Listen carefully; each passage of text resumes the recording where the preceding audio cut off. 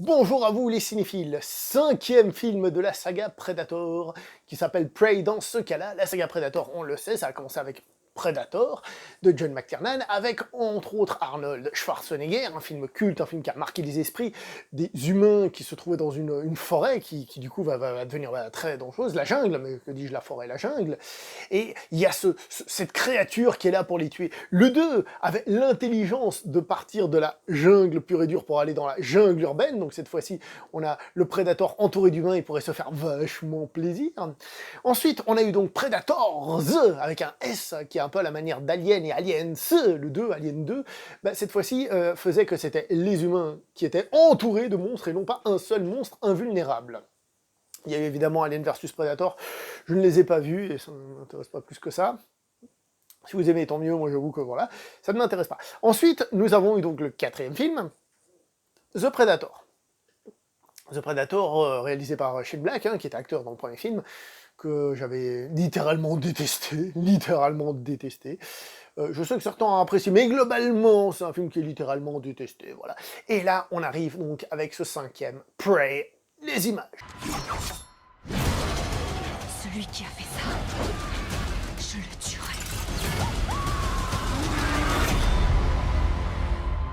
Réalisé par Dan Trachtenberg, ce film est en réalité son deuxième film, puisque son premier film n'était ni plus ni moins que 10 Cloverfield Lane, un film que j'avais littéralement adoré, que j'avais trouvé excellent, qui était une suite aussi, donc à Cloverfield, mais qui changeait aussi pas mal de trucs. Bref, j'avais trouvé ce film vraiment très cool, je ne l'ai pas revu depuis le ciné, mais voilà. Le monsieur, après, il a fait des trucs, on va dire en mode série télé, Black Mirror, l'épisode pilote de The Boys, ben, ça va, il se défend pas trop mal. Et là, il revient avec donc ce nouveau Predator, qui ne s'appelle pas Predator, il s'appelle Prey, donc la proie. La proie, avant c'était le prédateur, là c'est la proie. Est-ce que c'est le prédateur qui devient la proie, etc. Ce qui est très intéressant de base dans ce film, c'est que donc, le film a un parti pris qui avait déjà été annoncé, aussi je me souviens dans Terminator et autres, ça avait déjà été plus ou moins pensé, pour faire que l'histoire se passe avant, dans le passé. Donc que ce soit des humains du passé avec des technologies différentes, des armes différentes qui soient face à cette menace. Cette fois-ci, on arrive chez les Indiens d'Amérique, qui sont donc des Comanches, pour être même très précis, donc opposés à ce Predator.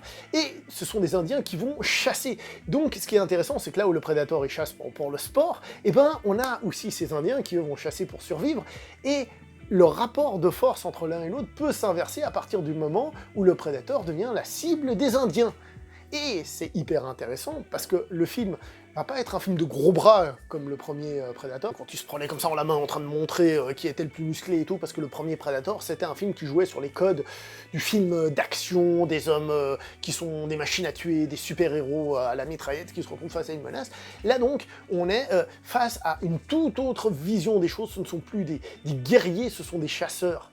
Et du coup, le film, il va avoir un côté plus naturaliste d'une certaine manière. J'ai essayé de regarder comment ça a été tourné, j'ai trouvé des petits trucs. Alors, pour trouver des images du tournage comme ça, je vais pas trouvé, bon, je vais pas chercher 500 ans, mais il y a un côté naturaliste, on est dans la nature.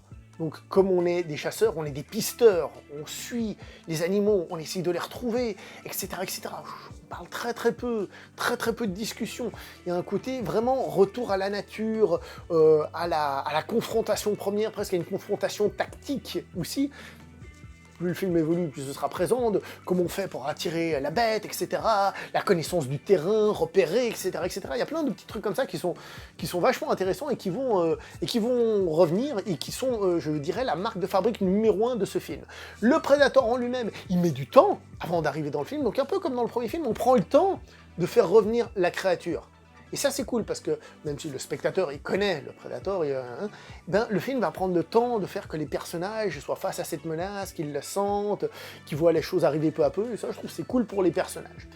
Je profite, parenthèse, on avait discuté sur les réseaux sociaux avec des gens, des nouvelles éditions du premier Predator mettaient le monstre sur la couverture. Vraiment le monstre comme ça, de la tête aux pieds. Tu te dis, tiens, c'est quand même étrange, quoi. Le film fait exprès de prendre le temps de te le présenter, là où l'affiche du premier film te mettait juste Schwarzenegger, pour que tu crois, peut-être que c'était un film d'action, pour bam, te surprendre. Et ben là, il mettait le Predator. Peut-être parce que Schwarzenegger est un peu moins bankable qu'à l'époque, il est plus autant à la mode, et aussi parce que tout le monde connaît le Predator. Bah ce film, ce Prey, lui, se permet justement de retravailler tout ça, de prendre son temps de travailler tout ça. Le film a des coups de caméra qui sont plutôt intéressants, puisque justement, comme ça se passe surtout au niveau du visuel, bah, le film il va avoir un visuel qui est plutôt vous allez voir, je vais revenir là-dessus un peu après, mais plutôt soigné au niveau des angles de vue, tout ça, non, je veux dire, il y a un réel travail là-dedans. Maintenant, je vais vous parler de l'esthétique globale, c'est là-dessus que je voulais revenir. Je vous avoue que l'esthétique m'a pas totalement convaincu. Au niveau de l'esthétique, bah, on sent que c'est pas un énorme budget. Je reviens là-dessus aussi. C'est pas un énorme budget et ça se sent. Alors, à quel point est-ce que c'est tourné sur fond vert? Je ne sais pas à 100%, je pense qu'il y a une bonne partie qui a été tournée, j'espère, en vrai, mais il y a une image comme ça, avec le Predator et autres, les animaux aussi, hein, en image de synthèse et tout, qui fait qu'il y a un côté un peu trop synthétique qui ressort du film. J'espère que les décors sont vrais, hein. Des fois c'est juste la caméra, le type de caméra et tout ça qui peut donner ce genre de sensation, et je trouve que du coup, bah, c'est pas hyper réussi à ce niveau-là, ça donne un côté série B. Série B, mais même une série B, là-dessus, j'ai envie de dire, pas de méga qualité visuelle. Revenons à l'original, Predator est une série B. Oui, je suis désolé, je vais choquer des gens, c'est une série B. D'ailleurs, c'est un des gros problèmes du cinéma un peu actuel, c'est qu'on prend ce qui était une série B à la base, une série B avec des idées, quelque chose de novateur, un truc à marquer, et comme c'est passé dans la culture pop, quand ils ont voulu faire des suites, et ben ils ont fait des blockbusters. Qu'est-ce qui se passe? C'est que ce qui était un petit film, avec des idées, est devenu un gros film, et du coup, bah, il perdait aussi de cette saveur originelle. Donc là, il y a cet aspect série B, mais c'est pas forcément un crime, c'est peut-être même une bonne chose, c'est ce qui permet à ce Predator à ce Prey, pardon, justement, de s'éloigner des autres Predators. Rien que le fait que dans le titre, il n'y ait pas le mot Predator, économiquement, c'est un truc que de nos jours, je suis pas sûr que tout le monde aurait fait, hein. D'ailleurs, j'entends dire, dans certains pays, il s'appelle encore Predator, tu vois. Ils n'ont pas forcément osé le faire partout.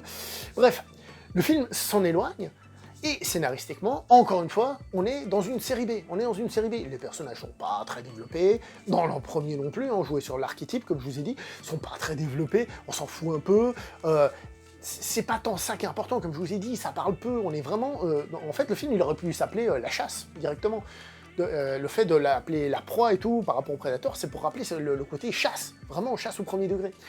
Donc encore une fois, scénaristiquement, c'est pas très poussé. Certains gueuleront, évidemment, du côté de certains côtés de l'histoire. Je n'ai pas trouvé que c'était spécialement relou, personnellement, même si un petit peu forcé. L'actrice principale, pas très connue, hein, la plupart des acteurs sont pas connus, hein, justement, pour donner un aspect contact, et pas on s'accroche à l'acteur parce qu'on le kiffe et tout. L'actrice principale, j'ai personnellement trouvé que, avis personnel, j'ai déjà vu sur internet des gens qui n'étaient pas d'accord là-dessus, moi je trouve qu'elle manque un petit peu de charisme, un peu de présence. Quand elle a son maquillage et tout, ça va mieux, elle arrive à donner un côté plus guerrier, mais c'est parce que c'est pas forcément une guerrière. Elle chasse. Il y a une différence entre la confrontation directe et, comme j'ai dit, traquer, trouver, tuer discrètement. Vous voyez un peu la différence entre un guerrier et un assassin, si vous voulez, dans d'autres domaines. Voilà. Et d'ailleurs, au passage, je profite pour ceux qui gueuleraient sur le fait. C'est marrant parce que, alors, ok, ce serait une indienne, ce serait une femme, oui, mais bon, la cause des animaux, non, ça, non. Voilà, donc, comme quoi, c'est juste une question de cause. Il y en a qui y sont, d'autres qui ne sont pas. Puis voilà. Mais ça, je trouve que c'est anecdotique par rapport à tout ce qu'est le film, j'allais dire, à tout ce qu'il raconte, pas forcément à tout ce qu'il raconte, mais à tout ce qu'est le film en lui-même. Les scènes d'action sont plutôt bien foutues, ça monte peu à peu, comme je vous ai dit, au niveau de ce que l'on voit, etc. Il y a de la violence, bon, après, beaucoup d'effets spéciaux, le sang qui n'est pas du vrai sang, etc. Ça manque un peu de sensation et de tactile, je trouve, c'est un petit peu dommage. Niveau mise en scène, il y a même un plan séquence. Alors, ça a l'air d'être un faux plan séquence, je dis ça parce que, comme je vous ai dit, le côté un peu synthétique, et il y a un ou deux moments où j'aurais pu, je dis pas que ça se voit, c'est pour ça que je dis j'aurais pu voir une coupe, hein, mais la scène d'action est plutôt cool, le fait de faire un plan séquence comme ça, c'est plutôt cool, et pourquoi pas, même si on peut peut-être gueuler sur le maniement de certaines armes ou des trucs comme ça, mais globalement, c'est plutôt cool, donc pourquoi pas. Étant une femme qui n'est pas du tout Schwarzenegger, ni dans la taille, ni dans les muscles, ni dans tout ce qu'on veut, et ben c'est aussi un personnage qui est plus agile, plus dans la mobilité, des choses comme ça. Le film tombe, hélas, souvent aussi dans la référence au film d'origine. Ça, c'est vraiment dommage, c'est un truc qu'il aurait pu éviter, je trouve, en reprenant certains aspects. Alors vous me direz, oui, mais bon, il n'y a peut-être pas 36 méthodes, entre guillemets, de tuer un Predator, il y a un peu les mêmes astuces qui doivent se mettre en place, ou alors les humains sont massacrés fin du film. Donc, il y a quand même tout petit peu trop de citations malgré l'éloignement global. J'ai trouvé que ça c'était un petit peu dommage. Un petit mot sur la musique que j'ai pas trouvé forcément extraordinaire, c'est pas une musique que j'ai envie d'écouter à côté, mais c'est une musique qui souligne l'aspect un peu horrifique du film, qui va beaucoup plus dans l'aspect horrifique, et qui fonctionne bien dans le film en lui-même, puisque musique et le point de vue du film lui donnent justement un aspect plus horrifique, hein, tout simplement. Je dirais donc que ce film est un film plus sensitif, un film de sensation, plus qu'un film de scénario et d'histoire. C'est vraiment un film qu'il faut sentir, qu'il faut vivre, un peu comme si nous-mêmes on était un chasseur dans cette traque, comme si nous-mêmes on était là au milieu, comme si nous-mêmes on était en train de vivre ça, en train de le ressentir. Je pense que c'est vraiment le truc principal. Le film est-il parfait? Non. Dans l'absolu, est-ce que c'est une déception? Bah de base, un nouveau Predator, j'avais plus peur qu'autre chose. Donc non, plutôt surprend bien, même si... il y a quand même pas mal de choses que je trouve imparfaites, et c'est dommage. Je rappelle, le côté série B, le premier était une série B. Série B, ça veut pas dire mauvais film, hein. Ça veut juste dire moins de budget, ou alors peut-être pas tout de suite des gros studios, etc. etc. Voilà. Un film qui arrive à s'éloigner de l'original, mais parfois un petit peu trop de références, mais c'est ce qu'il fallait, renouveler. Et je trouve qu'on peut critiquer cette saga, mais chaque épisode essaye d'apporter sa pierre à l'édifice en changeant 2-3 trucs.